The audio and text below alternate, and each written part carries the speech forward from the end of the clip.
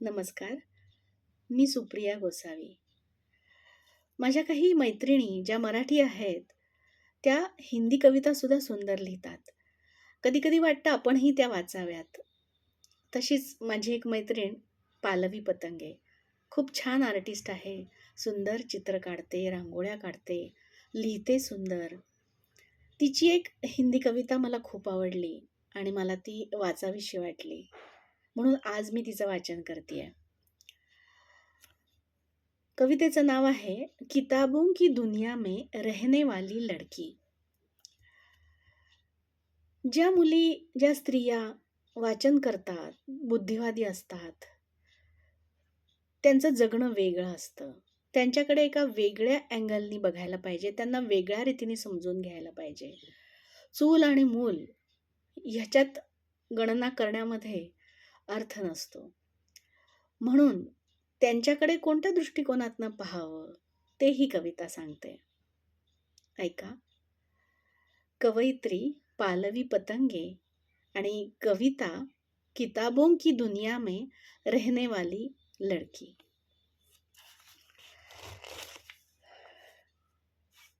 किताबों की दुनिया में रहती है वो, किताबों की दुनिया में रहती है वो, वहीं किसी पन्ने में मिलती है वो. हाँ, वो अलग है. हाँ, वो अलग है. बड़ी बड़ी आंखों में काजल लगाकर दिन रात पढ़ती है वो. बड़ी बड़ी आंखों में काजल लगाकर दिन रात पढ़ती रहती है वो. हाँ, वो अलग है. वो अलग है. न कोई सिंगार, न कोई जेवर, सादी सी कोई साड़ी पहनती है वो. न कोई सिंगार, न कोई जेवर, सादी सी साड़ी पहनती है वो. हाँ, वो अलग है. हाँ, वो अलग है.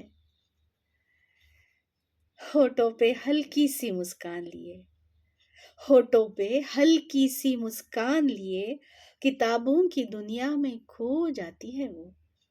होठों पे हल्की सी मुस्कान लिए, किताबों की दुनिया में खो जाती है वो. हाँ, वो अलग है. हाँ, वो अलग है. उसको न परवाह, न फिक्र दुनिया की. उसको न परवाह, न फिक्र दुनिया की. अपनी ही दुनिया सजाती है वो. हाँ, वो अलग है. हाँ, वो अलग है. किताबों की दुनिया में रहने वाली लड़की.